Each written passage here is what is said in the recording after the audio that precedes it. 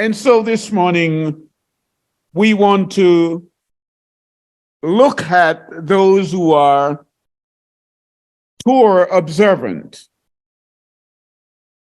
And so we're looking at that in the context of the anomaly of identity religion. So this morning, I want to read firstly in the book of Matthew. Come with me to Matthew. Matthew chapter 14, and we will begin at verse 22.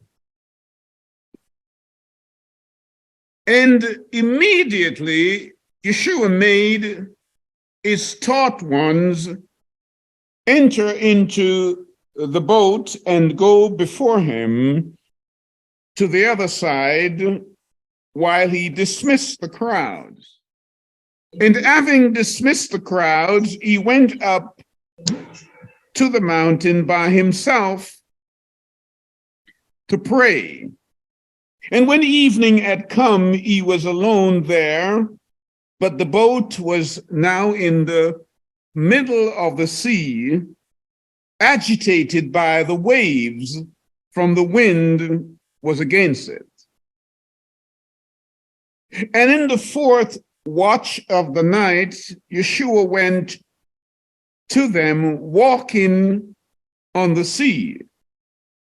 And when the taught ones saw him walking on the sea, they were troubled, saying, "It is a phantom." And from fear they cried. But immediately Yeshua spoke to them, saying, "Take heed, it is I, do not be afraid." And Kepha, that's Peter, answered him and said, "Master, is it you? Command me to come to you on the water." And he said, "Come."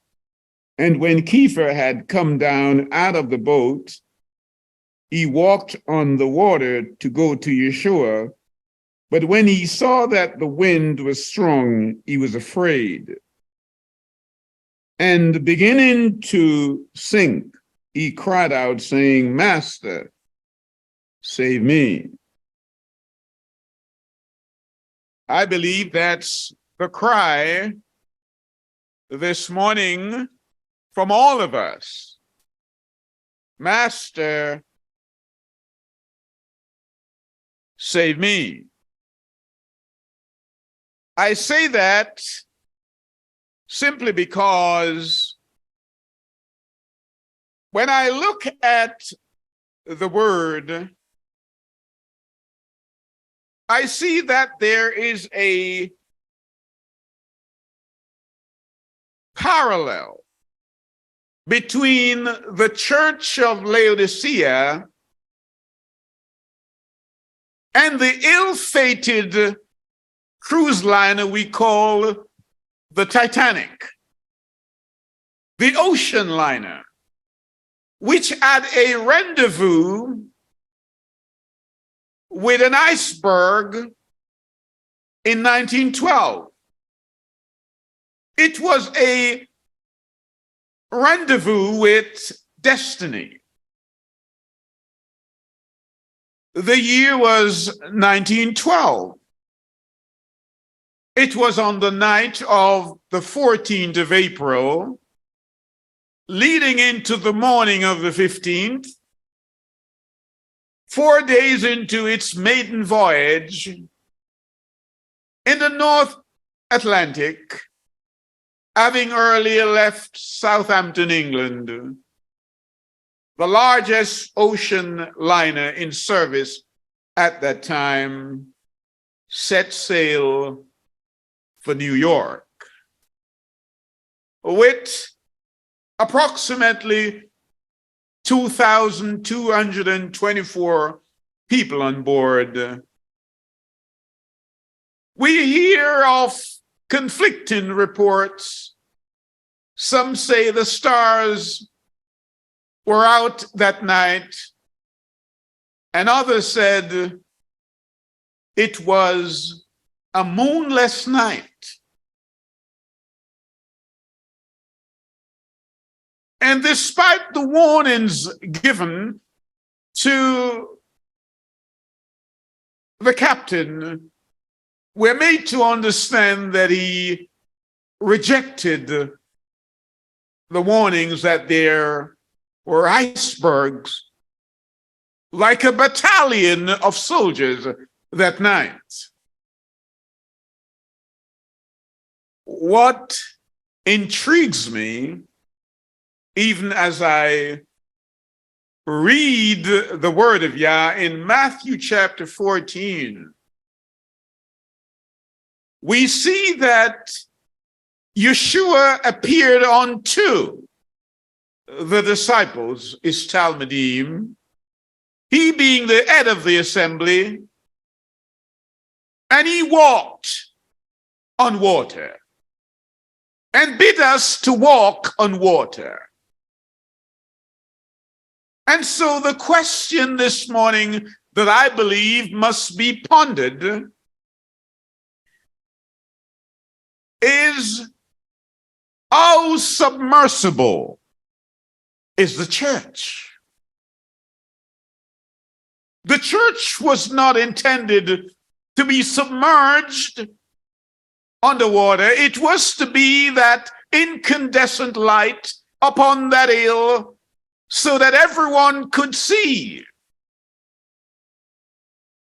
But as I read the narratives of Revelation, and in particular the church of Laodicea, I hear the wreckage in the voice of John by way of his pen saying, because you say I am rich, and I am made rich and need of nothing.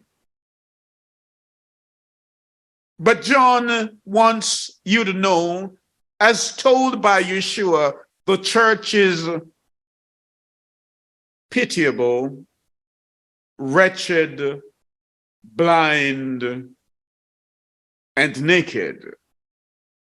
And like the Titanic, it's traveling at great knots towards a destination that only Yeshua knows. And this morning, I see that the church is traveling at a time and at a place that is dark. It is a moonless night. And what intrigues me also about the Titanic, that it draws so many parallels with the church, because we know by way of the calendar that the 14th and the 15th day of each month is usually a full moon. But that night of the Titanic, it was a moonless night. Moonless. And so the prophetic nature of that reality is that the church is now traveling in darkness. And Amos tells us in no uncertain terms that there would be such a time. See, the days are coming, declares the Master Yahweh, that I will send hunger, famine, in the land, not for hunger of bread, nor for thirst of water, but for the hearing of the word. And so it is a time of gross darkness. It's a moonless night in this church we call Laodicea, which some believe is as submersible, but Yeshua said we should walk and water. And I hear people saying in different ways, they're expressing it, saying, Master, carest not that we perish, because the tempest is such and the waves are so high that people cannot able to see beyond the insular confines of their doctrines. And so this morning, we want to look at that identity religion, where people are concerned only to refer themselves as a particular denomination. But let me share with you what Yeshua says, and come with me in the book of Hebrews, Hebrews chapter 12 and verse 23. The word says, to the general assembly, meaning there is one assembly. Despite the fact that there are different denominations, the word says there is a general assembly, the assembly of the firstborn, which are written in heaven, and to Yah, the judge of all, and to the spirits of just men made perfect. One assembly. Therefore, all the denominations are members of this one body. That's obvious to see. Like the parts of our human body, the hand, the feet, the ears, the eyes, they are all part of the one body. They are not unto themselves a body. And so, as we look at the anomaly, meaning that these churches, they have moved from that which Yah has established as the norm, as the only model, as the prototype, as the pattern through which we must aspire to. They have become unto themselves a church, an assembly, and that is the great anomaly of which I speak. So we have established in Hebrews 12:23 that there is one assembly. And if there is one assembly and one people, Yeshua made it clear that he has but one flock. And therefore, he has a group of sheep. Sheep are usually referred to as flock, whereas goats are referred to as herds. So we want to be on the right side of him when he comes, not on the left like the goats. And to belong to him, this is how he defines the covenant that he has with us, because there is no salvation outside of covenant. So turn with me to the book of Shemot, and let's remind ourselves what the covenant looks like. That's Shemot, chapter 19, starting at verse 5. Now, therefore, if you will obey my voice, do what? If you will obey my voice, said Yah, indeed, and keep my covenant, then you shall be a peculiar treasure unto me above all people. For all the earth is mine, and ye shall be unto me a kingdom of priests and a Kodesh nation. These are the words which thou shalt speak unto the children of Israel. So that's the covenant, that we are to be Torah-centric, obey what Yah says in all of his word, because his words will not return unto him void.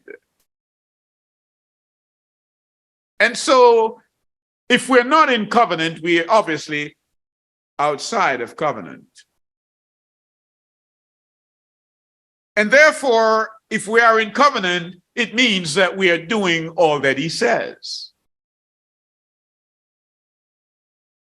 And the covenant here is based on the commandments that he gave on Mount Sinai when he spoke morality to all of Israel. And remember, it was a mixed multitude of people. And so the point I want to make in regards to that is that Israel is not an extreme type of people, but only in the sense that it's extreme. It's based on belief and not on ethnicity. We're not talking about corporate Israel. We're talking about the Israel of Yah that is found in Galatians chapter 6 and verse 16. It's based on the belief. So if you claim Abraham to be your father, then you must do what Abraham did. And the first thing that Abraham did, Abraham left Babylon and went to the promised land. That's what we have to do. We have to left the world of sin, because Paul tells us that we must not conform to this world government, but we must let our minds be transformed to the likeness of Yeshua. And we're told that that mind, according to Philippians 2:12, that mind that was in Yeshua, let it also be in us. Let it be in us. Let that mind. But people have gone to the various churches, and in the way they worship, they, like explorers, are exploring the frontiers of religion, but are not in the word. They are trying to plumb the depths, even as explorers are plumbing the heights of heavens and the depths of the ocean,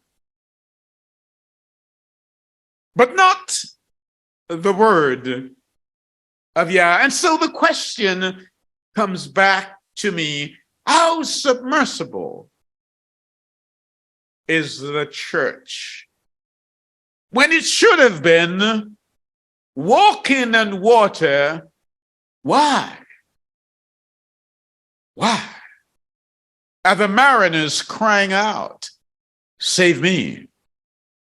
Why? You know, I often hear people say, well, I was saved on such and such a day. And another one would say, well, I was saved a few years before you. But if you should ask me, when I was saved, I would say I was saved 2,000 years ago, like all of you. And you say, how? The word says when Yeshua died at Calvary, that's all. That's the time when all men were saved. Not before, not after. Because he's the lamb slain from the foundation of the world. And so that's when all men were saved. So if we look back to Calvary, where men like Abraham look forward to Calvary. So men of all ages have to look to Calvary for their salvation.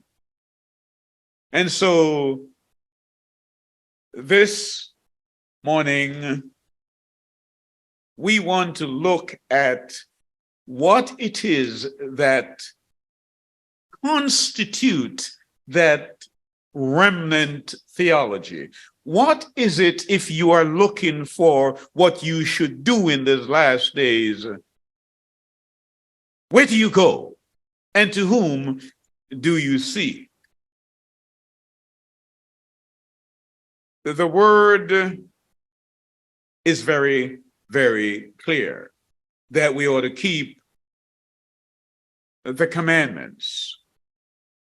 We ought to be Torah observant. In fact, in Proverbs 7 and verse 2, it says, keep my commandments and live, and my laws as the apple of thine eye. Obey my commands and live. Guard my instructions as you guard your own eyes. Do what I say and you will live well. Guard it. Now, someone gives you something to look after, to guard, to protect. And when they come back to you, it's not there because of your casual way, nonchalant way of dealing with the matter. You did not guard it. Let me explain what I mean. Come with me to the book of Acts, Acts chapter 16.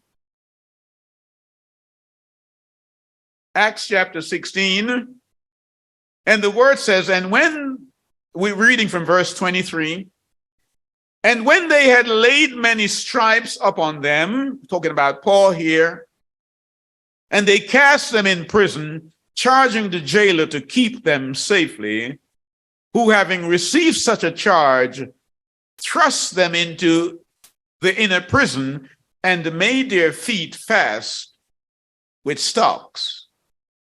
And at midnight, Shaul, that's Paul, and Silas prayed and sang praises unto Yah. And the foundation of the prison was shaken. And immediately all the doors were open, and one's bands were loosed. The shackles dropped off their feet. And the keeper of the prison, awaking out of his sleep, he awoke from his sleep, and seeing the prison doors open, he drew out his sword and would have killed himself. Do you understand why? This prison guard, this jailer, was put in charge to guard the prisoners. And when the earthquake came, he realized that the doors were open and he was about to commit suicide because he had failed in his duty to guard Saul and Silas and all the other prisoners that were there. He took personal responsibility because he knew that they were in his custody. And Paul had to tell him, don't do that. We're all here. Why am I saying this? Why am I sharing this with you? Only to illustrate the point and to emphasize the fact that when Yah says, guard my commandments, it is no less a duty. In fact, it's more a duty. He puts you in charge to guard his commandment, guard my Sabbath, and keep it so that nobody may trespass on it. So like the jailer, ask yourself the question this morning, whatever denomination you may belong to, have you kept guard? Have you been on point duty? Have you, as one of the battalion members, have you kept guard of the laws of the kingdom? Have you been Torah observant? Have you? And perhaps the answer is no.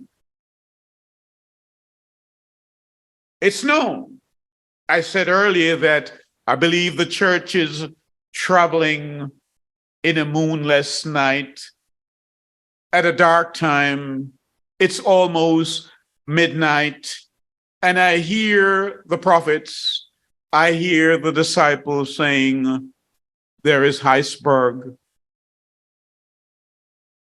and the people are not listening to the warnings that this era, this time, this end time, by way of prophecy, we understand that the icebergs of circumstances are such that they are like a army. They're waiting for the people and for the church, because the church is traveling in a moonless night.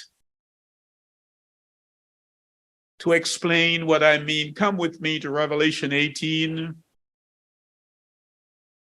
And let's look at Revelation 18, 22 and 23 verses.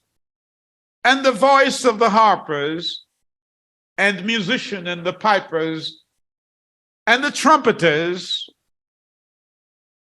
shall be heard no more at all in thee. Did you hear me? Let me read that again for emphasis. Because just like the Titanic was playing that night, nearer my yacht to thee, the people before that had been dancing and having a great time on this great cruise liner, the greatest in that time, the largest, filled with people, wealth, and the pomposity, traveling at great knots, perhaps comparable only to Laodicea. And the voice of the harpers and the musicians and of pipers and trumpeters shall be heard no more at all in thee. That's the hour that the iceberg struck. And no craftsman of whatever craft he be shall be found anymore in thee. It's time for the lifeboat. And the sound of the millstone shall be heard no more at all in thee, and the light of the candle. It's a moonless night. And the church is traveling in a dark alley when it should have been that light. And the light of the candle shall shine no more at all in thee, and the voice of the bridegroom and of the bride shall be heard no more at all in thee. For the merchants were the great men of the earth, for by thy drug sorcery, the pharmakia, were all nations deceived. Even the church had been deceived, because it became one of those consensus believers. It went with the crowd rather than being the conviction believer, believing and standing on the word of Yah. The light went out in Laodicea, even as it did in the Titanic. And seemingly it's heading towards a destiny, a rendezvous with destiny. But yet, mercy lingers. And so we cry out even this morning, Master, care not that we perish? Oh, yes. That's the sound this morning of the people who have assigned themselves to identity religion. There is a paucity of faith, and there is no scriptural accountability. Should you at any time point out to people what the word said, they will simply tell you, well, my church doesn't teach that. The issue is not whether your church teach this or that, is whether or not the word of Yah says it.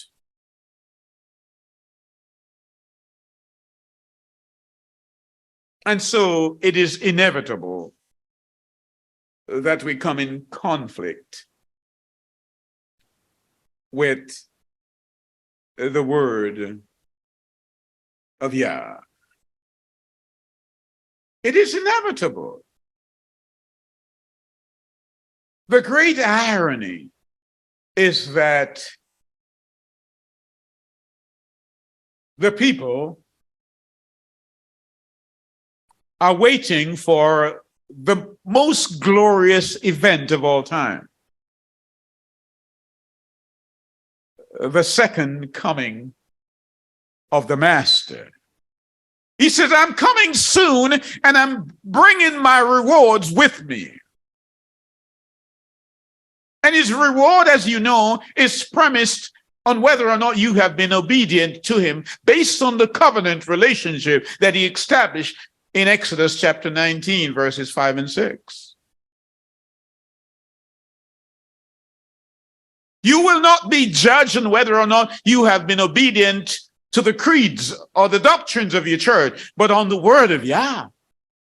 He's coming with his reward. And he's coming to reward those with whom he has made stewards of his estate. He's coming. And so people are waiting.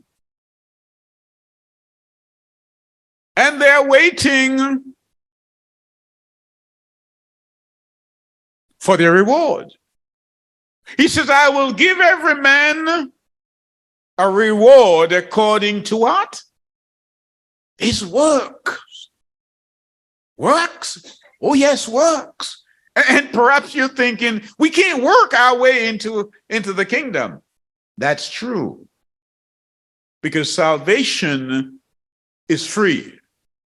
But I want you to understand this.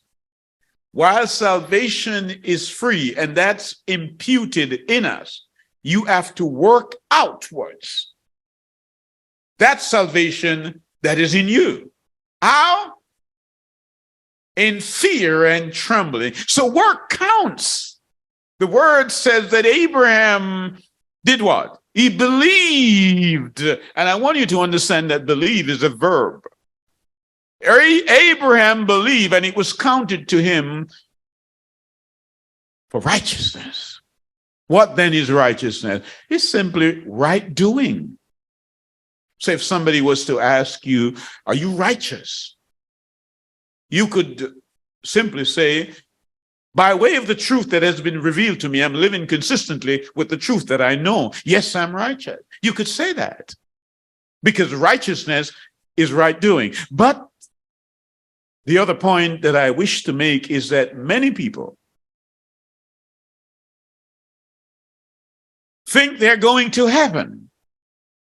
These are the consensus believers. They believe they're going to heaven. Should I read them something? Let's read them from the word.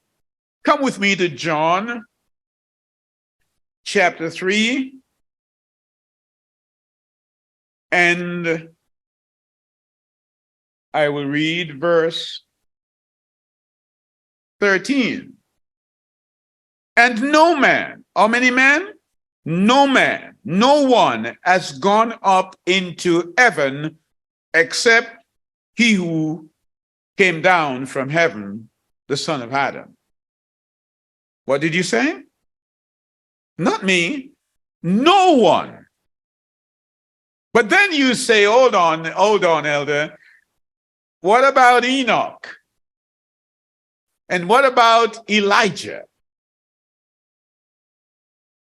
That's a fair question. And therefore, I would like for you to join me in response to your question, in Bereshit, that's Genesis, chapter 5, and we will look at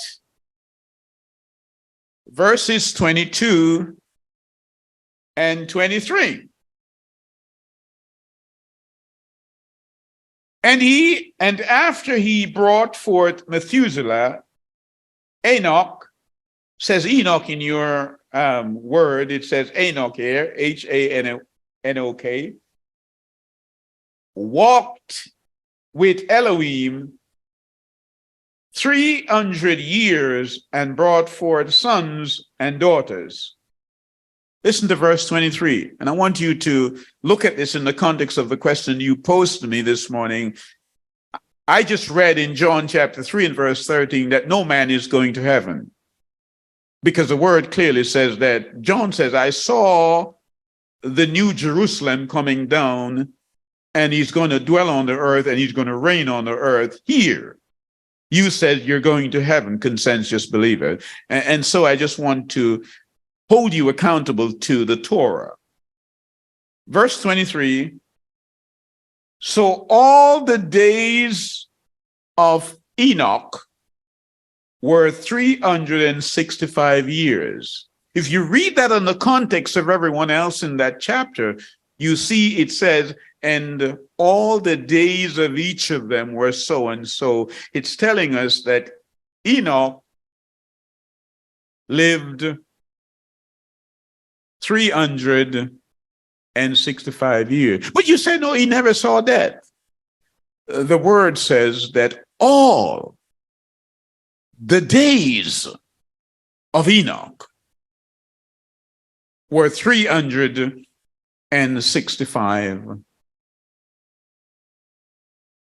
years. Did you get that? And so perhaps if you join me also in Hebrews chapter 11, Hebrews chapter 11, and let's start at verse 5. It says, by belief, in your word it perhaps said, by faith, meaning same thing. I just want to make the point that belief is a verb.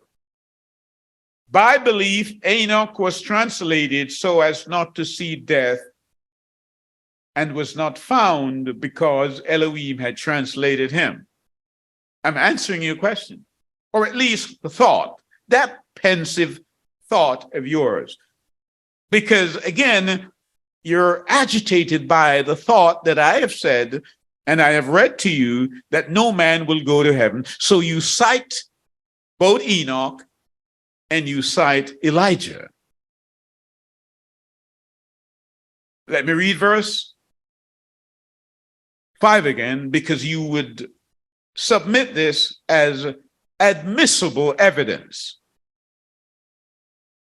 By belief, Enoch was translated so as not to see death, and was not found because Elohim had translated him. For before his translation, he obtained witness that he pleased Elohim. But without belief, it is impossible to please him. For he who comes to Elohim has to believe that he is, and that he is a rewarder of who earnestly seek him. And he goes on to say, by belief, Noah, having been warned of what was yet unseen, having feared, prepared an ark to serve his house, through which he condemned the world. He did what? He didn't join the world. He condemned the world and became heir of the righteousness which is according to belief. And he goes on, by belief, Abraham obeyed when he was called. By belief, Sarah herself was enabled. And he goes on, Moses, they all believed. I'm pointing this out, and I'm giving you stages that all these men believed, including Enoch. I'm still addressing your point about Enoch. So come with me to verse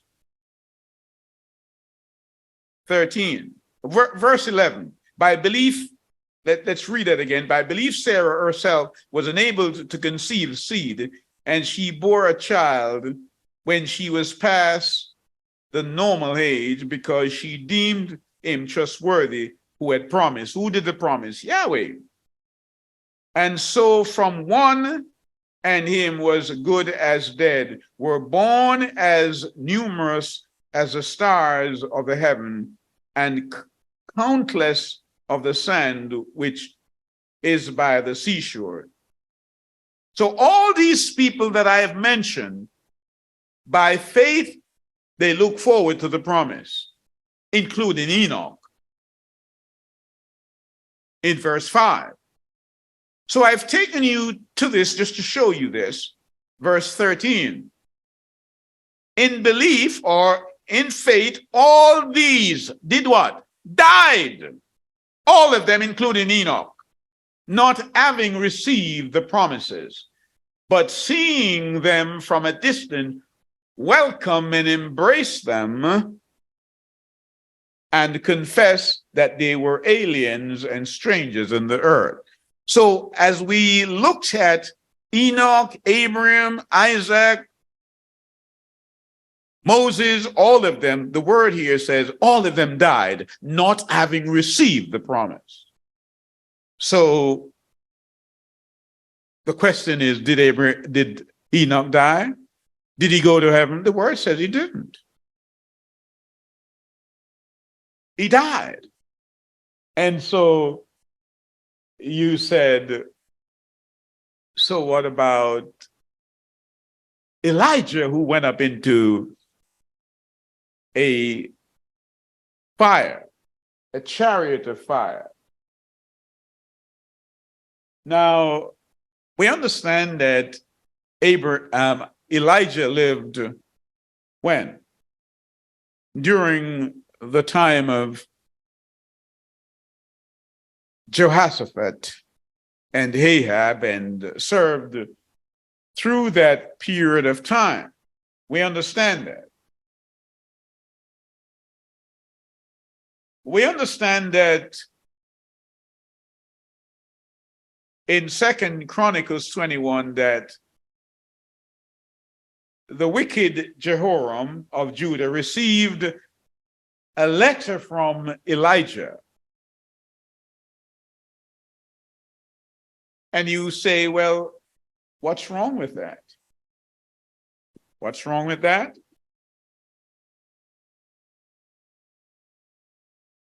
Is that this account of Elijah's grim and, might I say, graphic letter to Jehoram seems fairly straightforward in the eyes of people who read it. It simply means that a prophet had delivered a letter to a king who was in rule, and the letter was addressing the fact that the king was not ruling righteously. But the matter becomes a little bit more complicated, because we read in 2 Kings 2 that Elijah was translated to heaven in a chariot of fire, as I indicated earlier.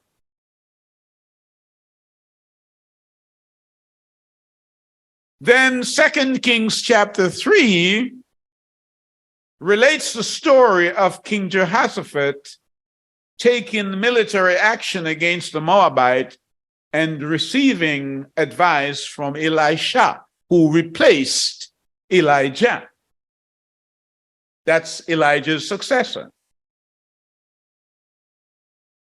And so the whole process creates a conundrum for us. It places us in a dilemma, because everybody, and particularly those consensus believers in denominations, they believe Elijah has gone to heaven. But I want you to take note that Jehoram, to whom the letter was sent,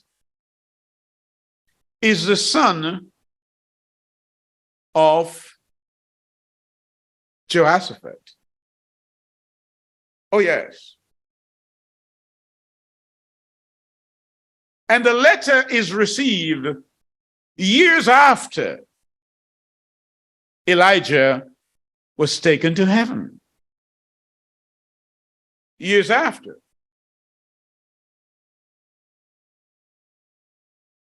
So, if Elijah was taken to heaven during the reign of Jehoshaphat, then how can he send a letter to Jehoram, who was the king after Jehoshaphat? How?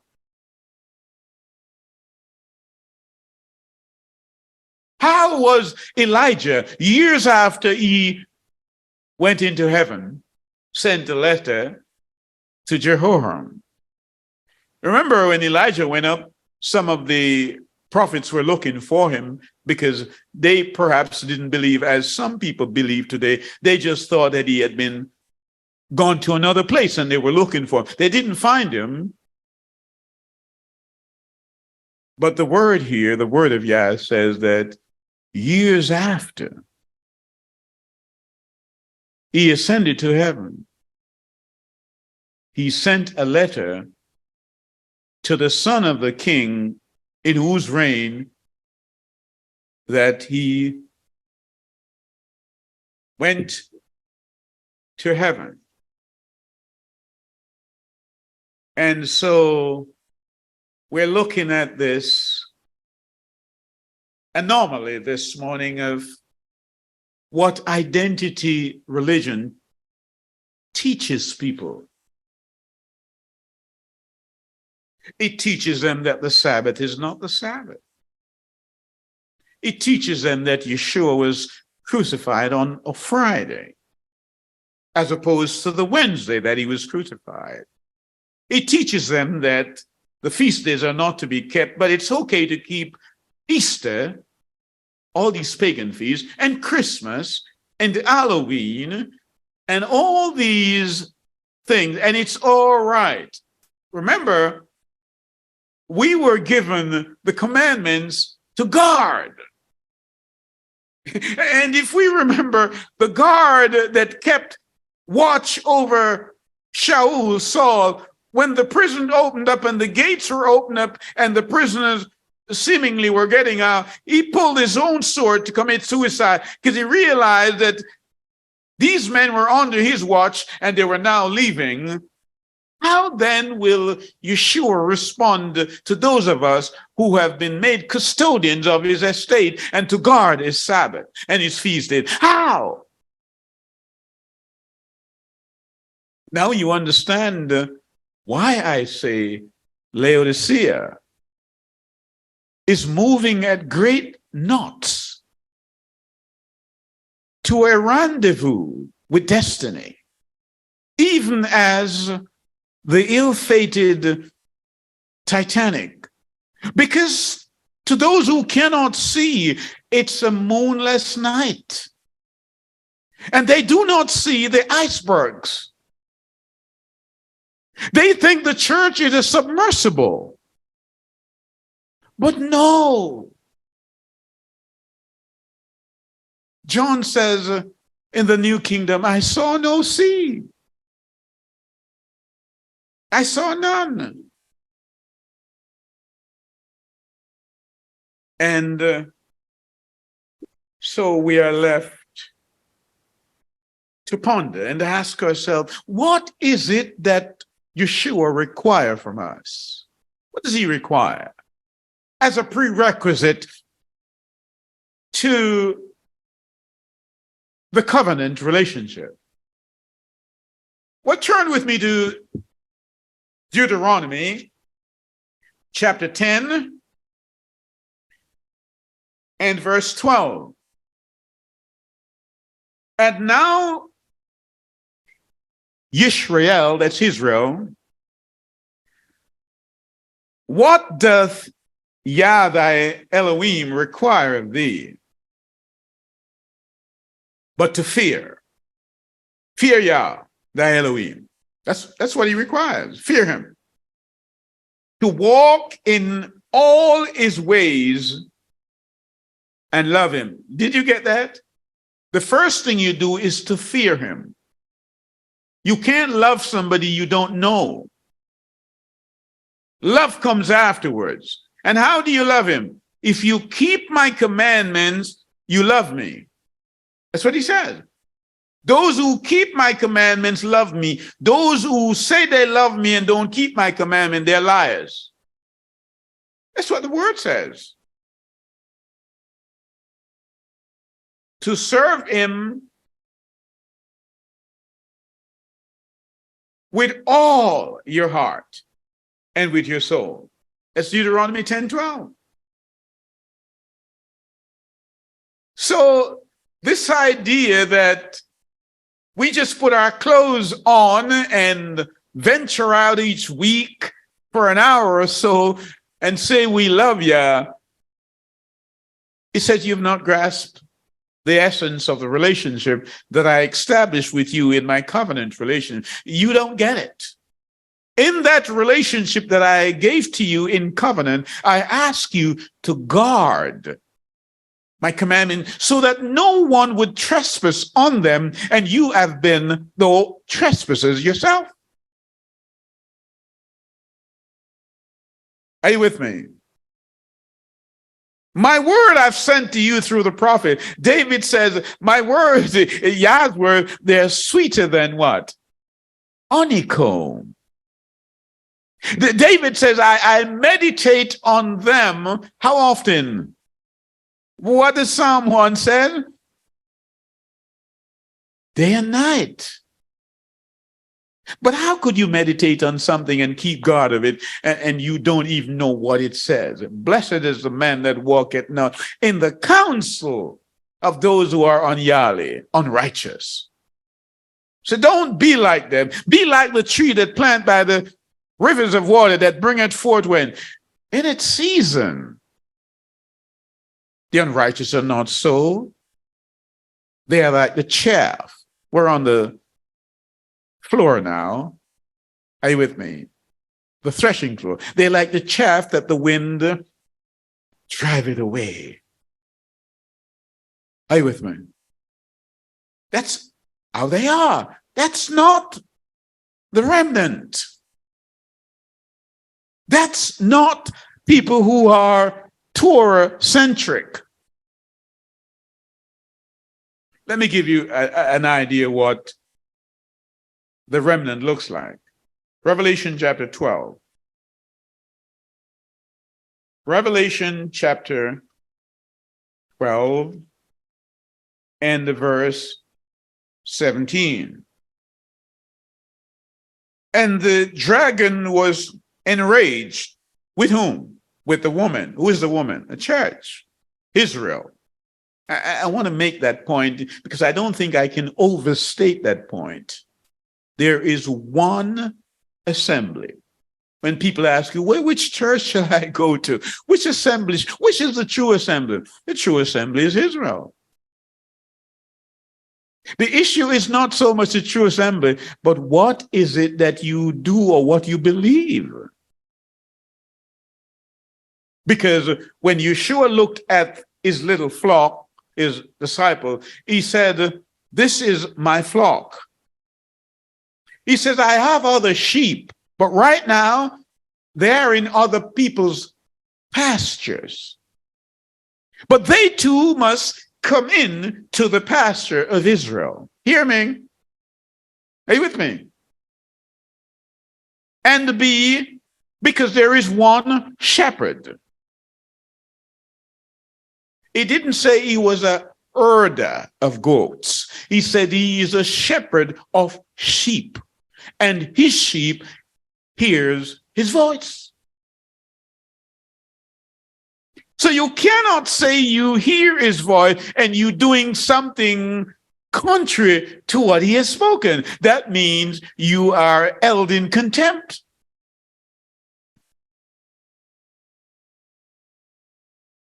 the children of Israel, that mixed multitude that had consented to obey Yah, when they heard all that Yah said, they said, all that he said we will do. When you get baptized, implicitly, you accept that you're going to do everything that he says.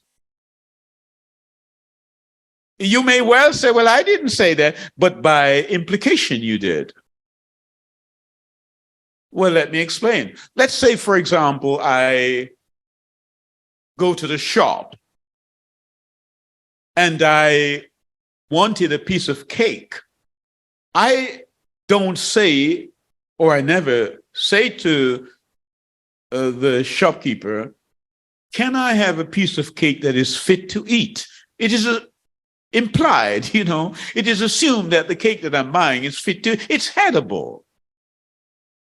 It's like if you take the bus or the train. You give their money and you get a ticket, and the assumption is that you pay and they'll take you to your destination. That's what we call an implied contract, such as the covenant. The covenant is based on Yah's term.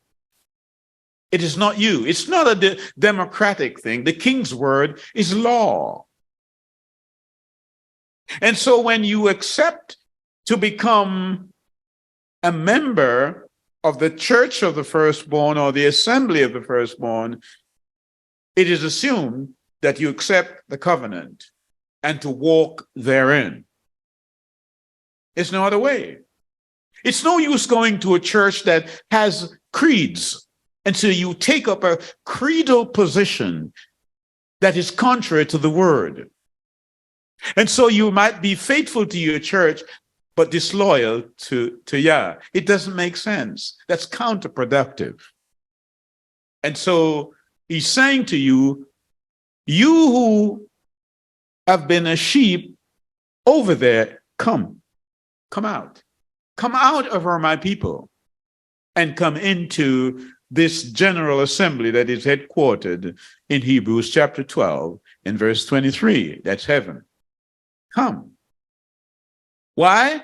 The reason you ought to come, he says the light has gone out and you're traveling in a moonless night. And you're not seeing the icebergs that politics and religion are out there in the deep ocean of sin. You're not seeing it. And like these explorers who are exploring the frontiers of the deep, you are looking all over the place for a church. Right before your eyes, it's there. I came unto my own, says he, and my own received me not. And so you better come with me to Revelation chapter 21. Revelation chapter 21, and I saw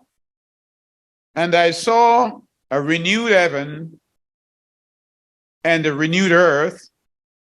The former heaven and the former earth had passed away, and the sea is no more. Did you hear me? And the sea is no more. Now that intrigues me. As I indicated earlier this morning, that when we think of Mariana Trench, which they say is the deepest part of the ocean on earth, they say this is 7 miles deep. 7 miles deep. So if there is no sea, I'm just conjecturing now, that means there is an abyss that is 7 miles deep. And we are told in Revelation chapter 20 that the devil himself will be bound by a strong angel. Are you with me? And thrown into the abyss. Could it be Could it be?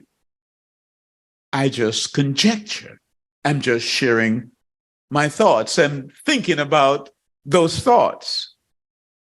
Could this be the abyss? Because there is no seed. Let's read on. And I, John, Yohanan, saw the set-apart city, that's the Kodesh city, the holy city, renewed Jerusalem, coming down out of heaven. Did you notice that?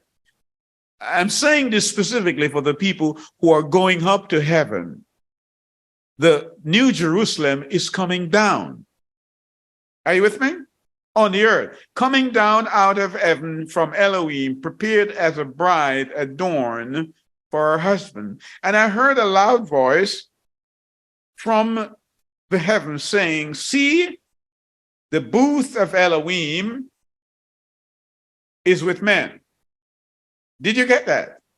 In your word, it perhaps say the tabernacle of men, and he shall dwell with them. Did you get that? The tabernacle is given gender. Did you see that? The tabernacle here in Revelation chapter 21 is given gender. Why am I sharing that with you?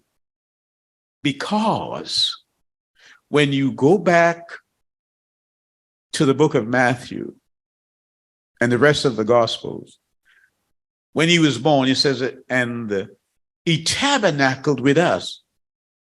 When? During the season of tabernacle. He was born in that season. And all the feast days refer to him.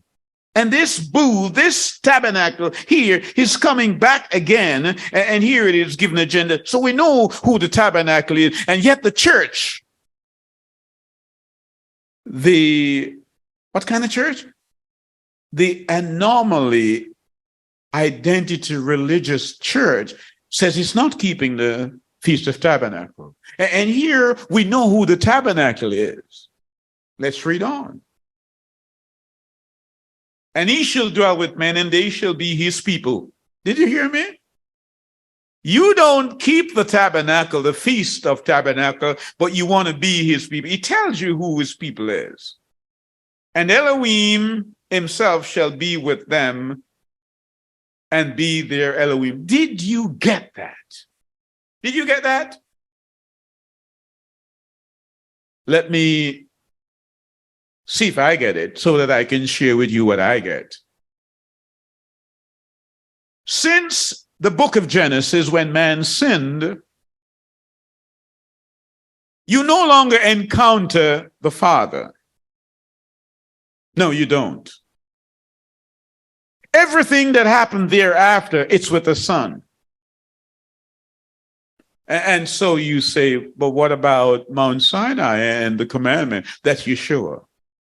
Yeshua gave the commandments. That's why he said that you must keep my commandments. That's why he said that. And what about the burning bush? That's Yeshua. And what about that being that met with Abraham and had meal? That's Yeshua. Because the Father himself cannot stand sin. He does not come in the presence of it. And so his son is dealing with all of this. And his son made it clear that everything I did because my father told me to do it. I never did anything that my father did not say I should do. And so you're dealing all the way from Genesis. And so the Father now, Elohim, Yahweh, he presents himself in chapter 21. That's when he reappeared because there is no sin anymore. Did you get that? Everything else is the Son. That's why the Son says, I have come to reveal my Father to you because my Father and I are one. And they kept asking him, show us the Father. He said, you've seen me and you've not seen my Father? The Father doesn't show up until after sin. The evil one, Satan, and all The evil of the world is gone. He comes, let's read it again for emphasis. And I saw a renewed heaven and a renewed earth. For the former heaven and the former earth had passed away, and the sea is no more. And I, Johanan, saw the set apart city, renewed Jerusalem, coming down out of heaven, and Elohim prepared as a bride adorned for her husband. And I heard a loud voice from heaven saying, see, the tabernacle of Elohim is with man, and he shall dwell with them. He shall what? So my question is, at this point, if he is coming down to dwell with those of us on earth, who will be your host when you get to heaven? And they shall be his people, and Elohim himself shall be with them. Who? Elohim himself shall be with them, and be their Elohim. And Elohim shall wipe away every tear from their eyes, and there shall be no more death. Did you hear me? No mourning, no crying, and there shall be no more pain, for the former matters have passed away. And he who was sitting on the throne said, see, I make all matters new. And he said to me, write, for these words are what? True. We talked about that this morning. The word is true and trustworthy. And he said to me, it is done. I am the Aleph and the Tav. I am the what? The beginning and the end. To the one who thirsts shall I give of the fountain of water of life without payment. The one who overcomes shall inherit all this, and I shall be to Elohim, to his Elohim, and he shall be my son. But as for the cowardly, the what? The cowardly and untrustworthy. To be untrustworthy means those who did not keep watch, those who did not guard the commandment. It was put in charge of them to guard it, and they did not guard it. They allowed other people, even as they themselves trespassed. And the abominable, murderers, and those who whore, and drug sorcerers, the pharmacists, and the idolaters, and all the false, their part is in the lake which burns with fire and sulfur, which is the second death. And again, I raise the point only to incite your vivid imagination as to whether or not that Mariana Trench, 7 miles deep in the ocean, could that be the place that will be engulfed in fire with the wicked? Could it be that second death? It's deep enough. And what intrigues me also is the fact that it's 7 miles. You know, 7 is complete, don't you? 7 miles deep. And so, but I'm only thinking, I'm just projecting. Let's read. And he carried me away in the spirit to a great and high mountain, and showed me the great city, that great set apart Jerusalem, descending out of heaven from Elohim, having the esteem of Elohim, and her light was like the most precious stone, like jasper stone, clear as what? Crystal, and having a great and high wall, having 12 gates, and the gates, and at the gates 12 messengers, and names written on there, which are these, are those of the what? 12 tribes of the children of Israel. Now, we have a problem again. I've said this a few weeks ago, but I'm saying it again. It says the gates of the city that's coming down has the name of the 12 tribes. I don't see any Baptist gates I don't see any Lutheran gates. I do not see any Catholic gates, any Seventh-day Adventist gates. I don't see any Methodist gates. In all their methods, I don't see any Mormon gates.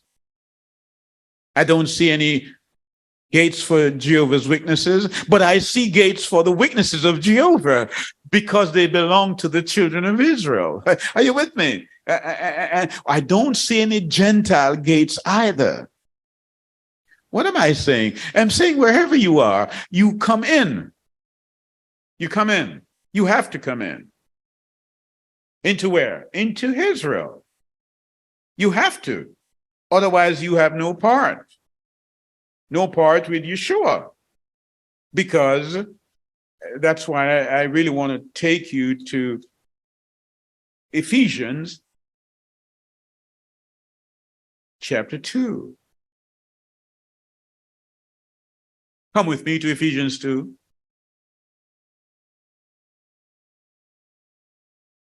A word says, and you were dead in trespass and sin. Speak to you and I. That's the condition that we left. At one time, we were dead in trespass and sin, in which you once walked according to the course of this world. Yes, we did. Some of us did things that even now we don't like talking about. Every time we talk about it, it just brings a bitter taste to our mouths. Are you with me? We've done those things. But Paul says these are behind you. According to the ruler of the authority of the air of the spirit that is now working in the sons of disobedience. Paul says Satan and his demons are working in the air. That's where the battle is taking place in mid-heaven, and they're working and they're influencing the children of disobedience. What is disobedient? To do other than what Yah says, in simple terms. Not to believe his word and do contrary, in spite of the fact that it might come from your pastor or it comes from your church. If you are not doing what the word of Yah says, you're in disobedience. And so Paul wants you to know, among whom also we are once lived in lust, in the lust of the flesh, doing the desires of the flesh and of the mind, and were by nature children of wrath. We were children of wrath, as also the rest. But Elohim, who is rich in compassion because of his great love, with which he loved us, he first loved us. Even when we were dead in trespass, made us alive together with Messiah. Did you see that? Because Adam sinned and we were all tied into Adam's loins, we all sinned, and sin came to all men because one man sinned. By favor you have been saved, and raised us up together and made us sit together in the heavenlies in Messiah, Yeshua, in order to show in the coming ages the exceeding riches of his favor in kindness towards us in Messiah. Everything is through Messiah. So Paul wants us to notice. So verse 11, therefore, remember that you once nations in the flesh, who were called the uncircumcision. You were called uncircumcised by what is called the circumcised, made in the flesh by hands. That at that time you were without Messiah. You were what? Without the Messiah, excluded from the citizenship of Israel and strangers from the covenant. Did you hear that? If you are not give your heart to Yah, you're not in covenant. If you're not following him, you're not in covenant. You can tell yourself all kinds of things. So Paul is saying, don't abolish this. Don't do that, because you're going to get yourself in trouble. And so the covenant that he gave us was for us to be obedient to him. Again, just to remind you, it's in Exodus chapter 19, verses 5 and 6. If you obey me, I will make you a what? A kingdom of priests and a holy nation. That's what he said. So come with me to Isaiah now. That's Yeshayahu, chapter 35. And we will read verse 8.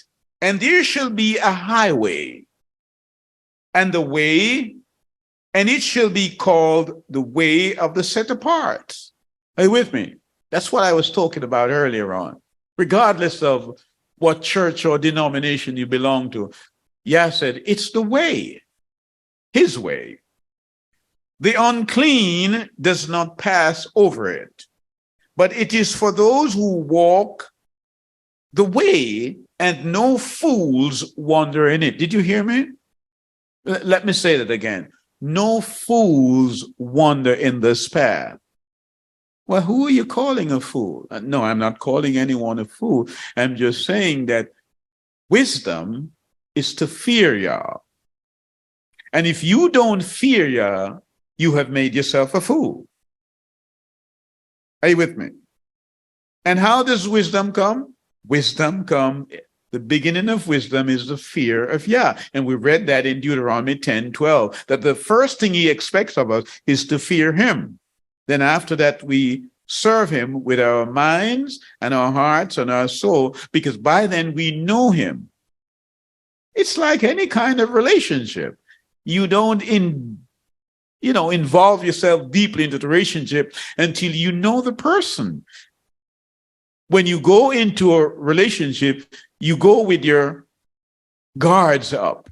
And it's later on when you feel the person is trustworthy, you let your guards down and you begin to love as you should. It's the same with Yah, even more so. And he's saying no fools wander in it, no lion is there, nor any ravenous beast go up in it. It is not found there. None of these ravenous beasts are found there, but the redeemed shall walk there. The redeemed shall what? Walk there. And you heard we sing, walk in the word. Don't look to the left or to the right. Walk in the word. And the ransom of Yahweh shall return and enter Zion with singing, with everlasting joy on their heads. They shall obtain joy and gladness, and sorrow and sighing shall flee away. We won't sigh and cry anymore, because he will wipe away all tears from our eyes. Did you get that? And so let's go to Revelation chapter 22 now. Revelation chapter 22. So we see Yeshua and the Yahweh, they show up because sin is no more. So we just want to look at a picture as John, these theological artists, prophetic artist, provides for us a view inward of what it will be. Chapter 22. And he showed me a river of water of life, clear as crystal, coming from the throne of Elohim and of the Lamb, in the middle of its street. And on the other side of the river was the tree of life. Do you remember that? Do you remember the tree of life that we saw in Genesis, that you have seen in Genesis and you read about? Let's go back there. Not so much to turn there, but just to reflect, because today is a day when we reflect upon the creation of Yah. It says, remember the Sabbath day, because what? It memorializes for us the creation. So let's go back in thoughts to Genesis. When Yah made everything, and the garden was very resourceful, and he put man in there, and the intent is man would live forever. Man was not supposed to cry because there was nothing to cry about. And his prayers would be one of thankfulness, not one so much of forgiveness, because he had not sinned. He was perfect in all his ways. Man was, that's Adam. And Adam was told that the day you eat of this tree that I'm going to tell you not to eat from, the day you shall die.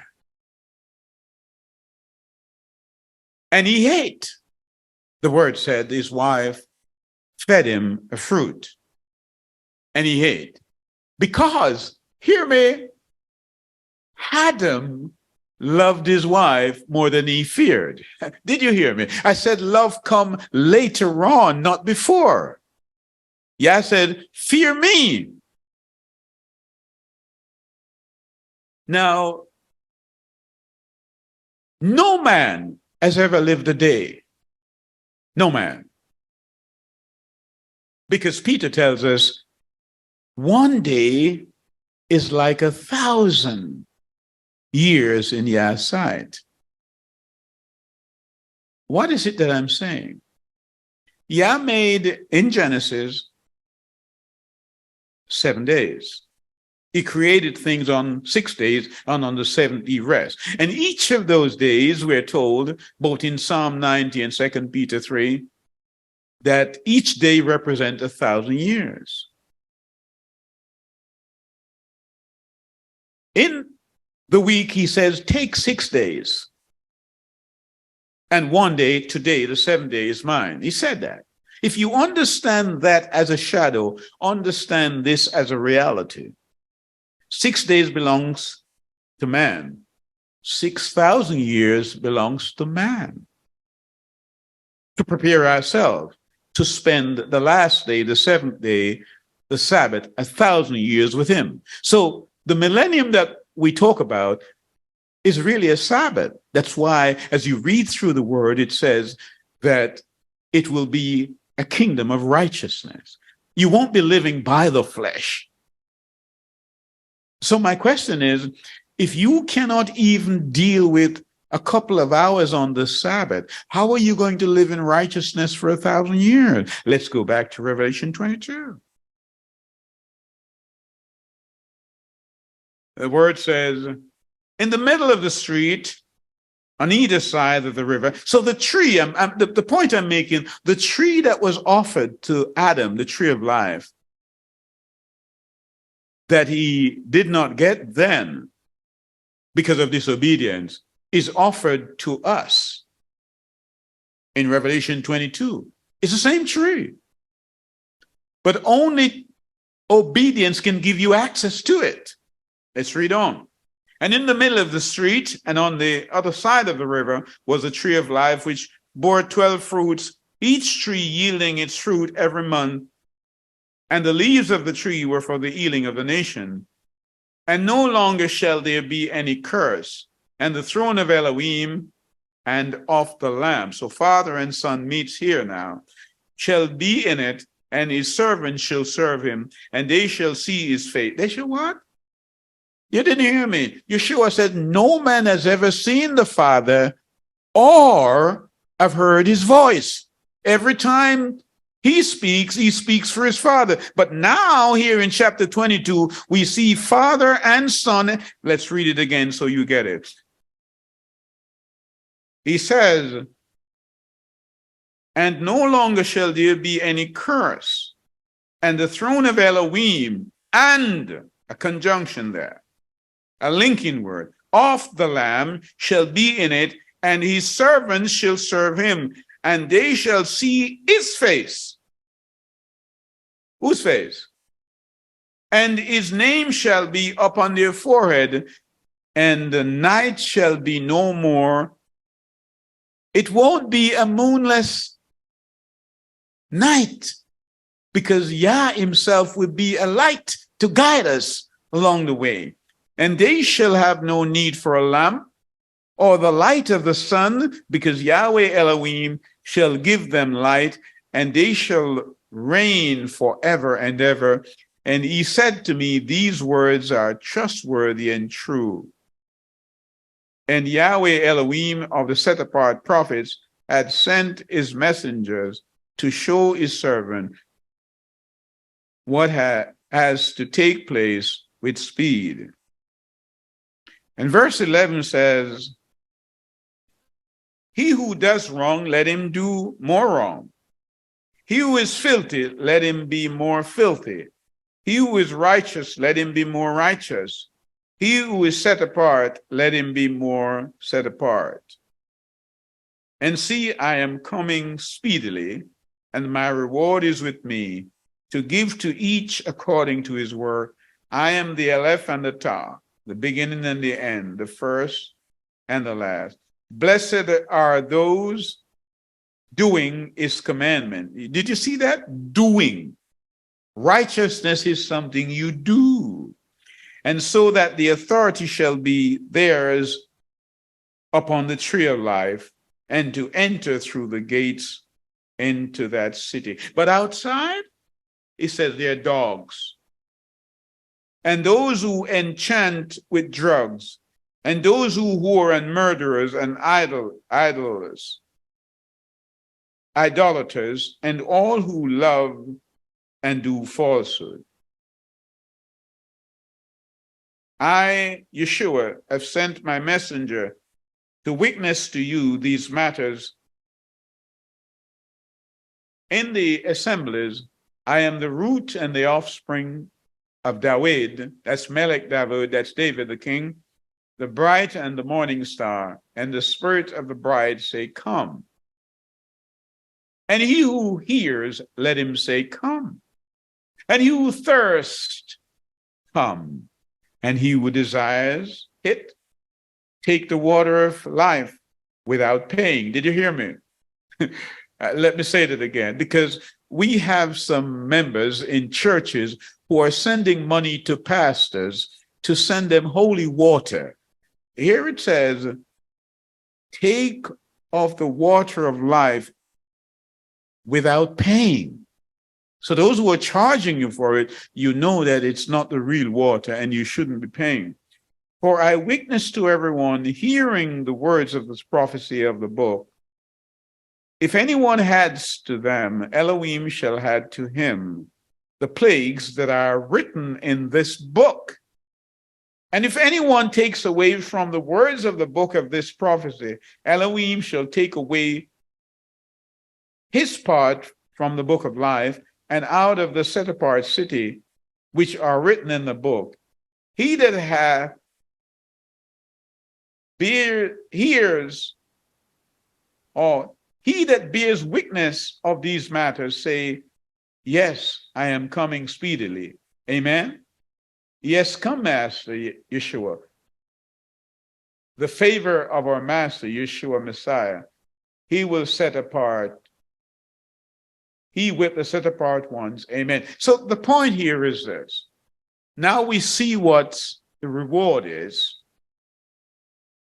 and what is required for the reward.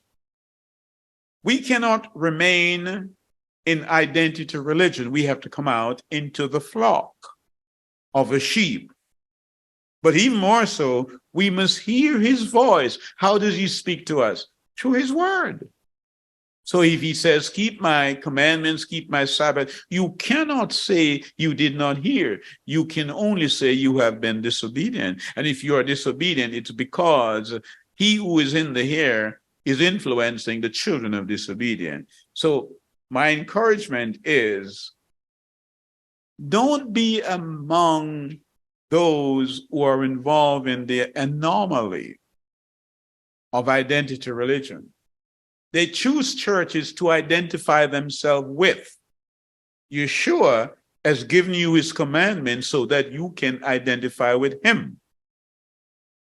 So let's understand that, because we ask that he will be merciful unto us and that we will be obedient to him. In Yeshua's name I pray. Amen.